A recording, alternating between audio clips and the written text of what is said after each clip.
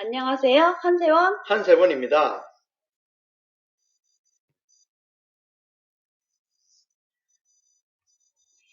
이번 코너는 새로운 책을 소개하는 시리즈의 시작입니다. 어떤 책을 소개하실 건가요? 어, 당신이 성경에 대해 알아야 할 모든 것이라는 제목의 책입니다. 좀 길죠? 그러네요. 네.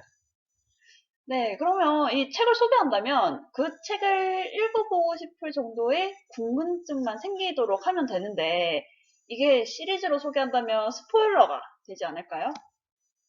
네, 맞습니다. 그렇지만, 이 책이 원래 우리나라에서는 2011년 3월 4일, 지금으로부터 한 10년 전쯤에 처음 발행되었는데요. 안타깝게도 지금은 절판이 돼서 책으로 사볼 수가 없어요. 물론 중고서적으로 볼 수도 있지만, 책의 분량이 600쪽이 넘어서 그 긴 분량, 넘는 그 많은 분량을 긴 호흡으로 읽기도 바쁜 요즘 같은 세상에, 어, 우리, 책 읽어주는 인싸가 관심이 있을 부분만 쏙쏙 뽑아서, 들려주고 싶어서, 이 코너를 마련했습니다. 아, 이게 600쪽이나 넘고, 그리고 발행된 지도 굉장히 좀 오래됐었는데, 지금 또 절판이 됐잖아요. 네, 근데, 이렇게 절판이 됐다라는 건, 왜 대중들에게 외면을 당했다라고도 볼 수 있잖아요? 그렇죠. 근데 이렇게 대중들이 보질 않았었는데, 굳이 이걸 우리가 소개할 필요가 있을까요?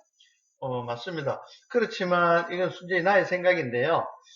이 책을 읽어본 저로서는 이 책이 절판됐던 이유가 출판 당시 우리나라 사람들의 관심에서 벗어난 주제였지 않았나라고 생각해서 절판되었다고 봅니다. 사실 어떤 책이든 좋은 책이라도 시대상에 맞지 않으면 좀 이렇게 좋은 결과를 낳지 못하는 경우도 많은데요.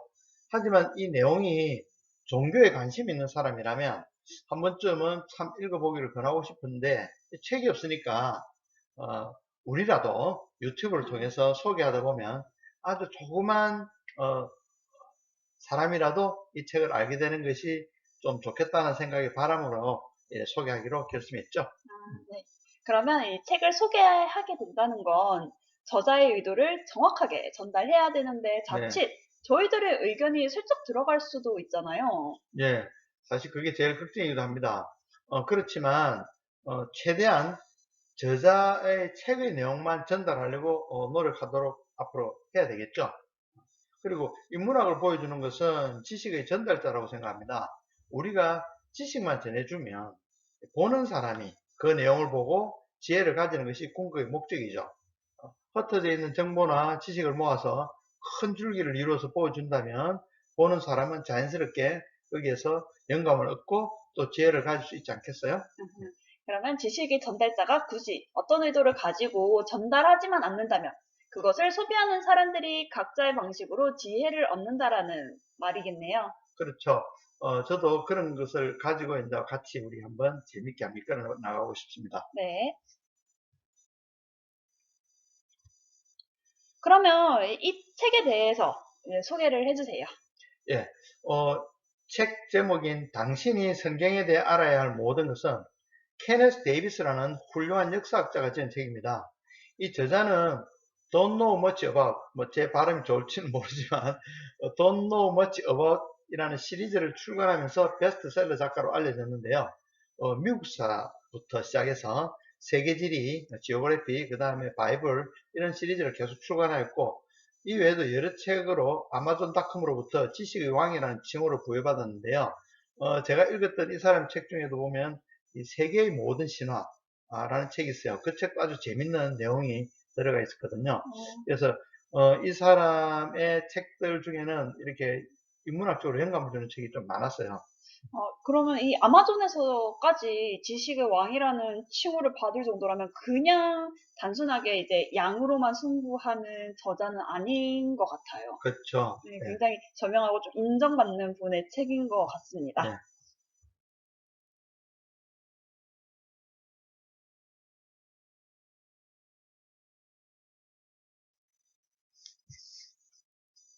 그래서 성경이라고 한다면 우리나라뿐만 아니라 전 세계적으로도 알려져 있는 책이고 또 인류 역사상 이 최대의 베스트셀러인 책인데 또 우리가 굳이 이 성경에 관한 책을 소개할 필요가 있을까요? 그렇죠. 사실, 그런데 혹시 세원 씨는 성경책을 한번 읽어본 적 있나요? 어, 이제 제가 미션 스쿨 같은 데를 들어가 본 적이 있어서 네, 거기서 이제 조금씩 이제 네, 외워봐라라고 네, 해서 외워보기는 했지만 제대로 원문을 전체 다 읽어봤다고 하기에는 좀 어려워요. 네, 부분 그렇죠. 부분만 봤어요. 네. 사실 저도 역시 성경의 전부를 다 읽어보지는 못했습니다. 어린 시절에는 뭐 동화책 형식으로 좀 읽거나 아니면 이전에 제가 봤던 것 중에서는 펄벅 역사전 성경 이야기에서 구약 이야기, 신약 이야기 뭐 이런 책들을 읽어봤지만 이 두꺼운 그 사전에 쓰이는 그런 종이 재질로 적힌 이 성경책 그거를 처음부터 끝까지 이렇게 완전히 정독해보지는 않았거든요. 사실 그렇지만 그 부분적으로 제가 정독을 해본 결과는 우리가 일반적으로 알고 있던 성경 내용과 실제로 쓰인 내용이 너무나 많은 차이를 보이고 있었어요. 저도 그때 읽으면서 깜짝깜짝 놀라곤 했었는데 결론적으로 말씀드리면 우리는 성경을 잘 모르고 있다는 거죠. 사실 이 점에서도 저자도 이 점을 아주 주목하고 이 책을 쓰게 되었다고 이야기를 하고 있습니다. 그러면 이 성경은 서양 역사에서 굉장히 중요한 위치를 차지하고 있고, 우리나라에서도 굉장히 이제 교회라든지 카톨릭이라든지 이런 성경의 영향력이 굉장히 높기 때문에 네, 그 중요성이 작다고 볼 수가 네, 없잖아요. 그러니까 이 실제로 쓰여진 성경에 대해서 제대로 아는 건 서양 문화뿐만이 아니라 지금 우리나라를 포함한 전 세계를 이해하는 데 도움이 될 것 같습니다. 그렇죠. 어, 마크 트웨인이 이런 말을 했습니다. 이것도 이제 그 책에 나와 있는 건데, 어, 고전이란 사람들이 칭찬하면서도 읽지 않는 책. 아주 마크 트웨인다운 그런 표현인데, 왠지 가슴을 탁 치는 소리라고 들리는데요. 저자도 이 말이 성경에 딱 들어맞는 말이라고 했어요. 저도 어릴 때 성경에 관한 이야기를 많이 보고 듣고 또 헐리우드 영화를 많이 보면서 성경에 대한 정보를 대부분 얻었는데 이 저자도 사람들이 성경에 대해 잘 모르는 이유를 첫 번째는 주일학교에서의 따분한 설교 그것 때문에 네, 성경 안 본다 네. 뭐 이런 식의 이야기 두 번째로는 아주 감동적이지만 결정적으로 흠이 많은 할리우드 영화 때문이라고 이 지적을 했습니다. 이 저자도 그럼 감동적이지만 결정적인 흠이 많은 할리우드 영화라는 게 어떤 의미인가요? 이게 조금 궁금한데요. 좀 성경에 나와 있는 내용을 네. 있는 그대로 이렇게 전달하지 않고 너무나 극화하고 미화하고 그 다음에 좀 이렇게 다른 방향으로 만들어 놨기 때문에 예를 들어서 모세가 홍해를 건넜다. 사실 홍해를 건넜다는 내용은 성경에 없습니다. 그렇지만 우리가 모세의 십계라는 옛날에 나왔던 영화를 보면서 홍해를 건넜다라고 이제 알게 되겠죠. 그런 식으로 좀 어, 거짓이라고 하기지만 좀 잘못된 정보가 많이 전해진 그런 것이 할리우드 영화가 많이 좀 정해졌거든요. 저도 어릴 때 그런 뭐 성이라든지 쉽게 뭐 이런 영화들을 많이 보게 됐는데, 코바디스 이런 영화들이 좀 내용과 실제가 좀 다른 내용들이 좀 많이 있습니다. 확실히 모세가 실제로 바다를 가르진 않았겠죠. 일개 사람인데. 근데, 네, 예, 그래서 이제, 그런 예, 부분을 그런 말씀하시는 부분들도 건가요? 있고, 뭐, 그거는 이제 그 성경 내용이 나중에 이제 또 네, 언급되겠지만, 예, 하여튼, 홍해 바다가 전혀 연관이 없다라는 이야기도 있고요. 하여튼, 네. 그거는 이제 앞으로 이제 좀 이야기가 좀 나올 수 있을 그런 내용입니다. 사실 이제 그 말씀을 들으니까 네, 사실 저희 고전이라고 하는 것도 공부하는 게 아니라면 그렇게 열심히 잘 읽을 수가 없잖아요. 이제 그렇죠. 개인적으로 좋아해서 읽을 수는 있지만 그건 네, 굉장히 이제 몇몇 관심 있는 사람들이 보는 거고 네, 대부분이 그렇게 성경이 어떻게 성적으로 연관된다거나 그런 일은 거의 없으니까 네, 그냥 이제 성경이 있구나라는 막연한 생각만 가지고 우리는 성경을 안다라고 생각하게 되는 게 아닐까 싶어요. 그렇죠. 그래서 또 실제로 성경책을 보면 굉장히 두께도 두껍고 네, 진짜 얇은 종이, 사전 같은 얇은 종이로 네, 빽빽하게 쓴 글이라든지 네, 그리고 단어들도 우리가 일상적으로 쓰는 단어들이 아니잖아요. 네, 그렇기 때문에 이 정독을 하는 것도 정말 어려운 게 아니더라고. 이건 제가 직접 읽어봤기 때문에 그렇죠. 말을 할 수 음, 있는 겁니다. 그리고 이게 이렇게 어렵다는 게 저만 느낀 게 아니었다는 데서 조금 위로를 받아요. 거기서는 그래도 자주 읽어서인지 그 사람들이 자주 읽어서인지 굉장히 당연하게 외우더라고요. 그래서 저 혼자만 이거를 못 외우나, 네, 못 알아듣나라고 생각을 했는데, 좀 미안이 됩니다. 네. 네.